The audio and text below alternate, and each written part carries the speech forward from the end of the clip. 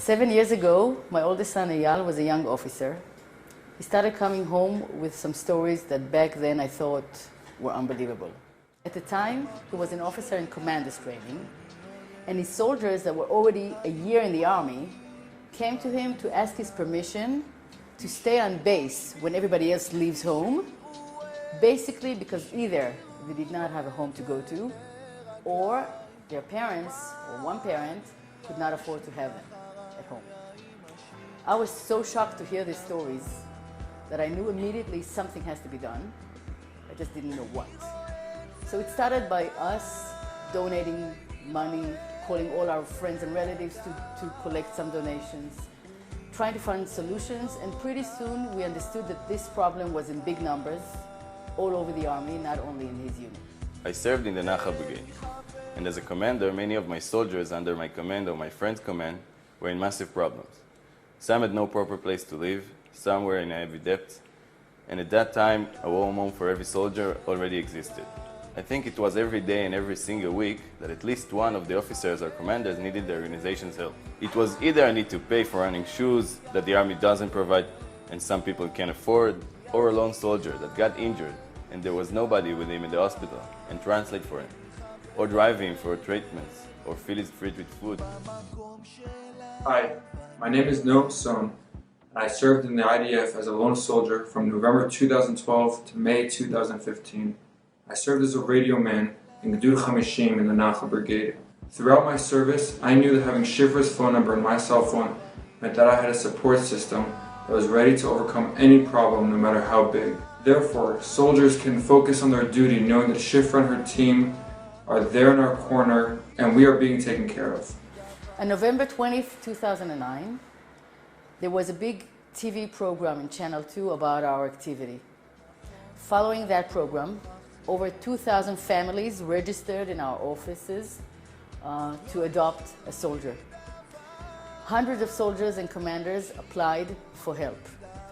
This was a turning point for our cooperation with the army officials and also for our activity in the Knesset, in the parliament, in order to promote laws for the benefit of soldiers.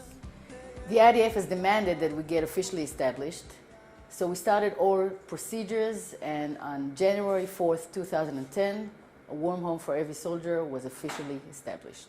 After my discharge from the army, I decided to volunteer at the office. Among the many areas that I was involved with, the most significant was our campaign for raising the soldiers' salaries. After over a decade that the soldier wages were frozen, seeing how so many soldiers could not survive, literally with the low payment, since they could not get any help from their parents, suddenly they earn almost double. They can buy themselves some of the basic needs. Ever since, we helped thousands of soldiers with many issues. We sent hundreds of lone soldiers to adoptive families, which made a big impact on their lives. Those who were new Olim have a home in Israel, a place that they can actually call their own, even long after the military service. When you sit in the office, no matter what time of day or night, you realize that what you experience in your own little unit is happening everywhere else as well. Soldiers, commanders, officers, family members, social workers, psychologists from all over the country and all over the army call to ask for help, and in many cases we are the only address that exists for these matters. It is important to know that one soldier, especially a combat soldier, is in crisis. Time is very crucial, and if he or she doesn't get the help immediately, the train goes, and in many cases the soldier drops out. This usually leads to bad consequences, in which the soldier's health or future in the army after the discharge is at risk. Here, at the Warm Home for Every Soldier, we understand it, and not only we understand the urgency of our help, we also have the means to provide it, and this is what differs us from any other organization. In the past 4 years, after realizing that many of these young men and women need our help also after their discharge from the army, we came with a program for discharged soldiers.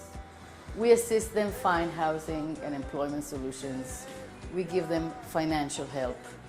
We even established last summer our own scholarship program. Due to our contacts, to our deep understanding of the military bureaucracy and our influence, we managed to find immediate solutions that is so critical for the soldier. Right after Operation Tzuk Eitan, I led a campaign that enabled us to give food vouchers of hundreds of shekels to thousands of very poor families whose sons fought the war, yet they could not afford to celebrate the holiday in dignity. Looking back from the first day of my activity and also with Heading the Future, I always acted in two parallel ways. One, providing immediate help for any urgent matter that happened to any soldier that called even in the middle of the night. And the other is looking at the big picture, trying to give the big solutions for all IDF soldiers wherever they are.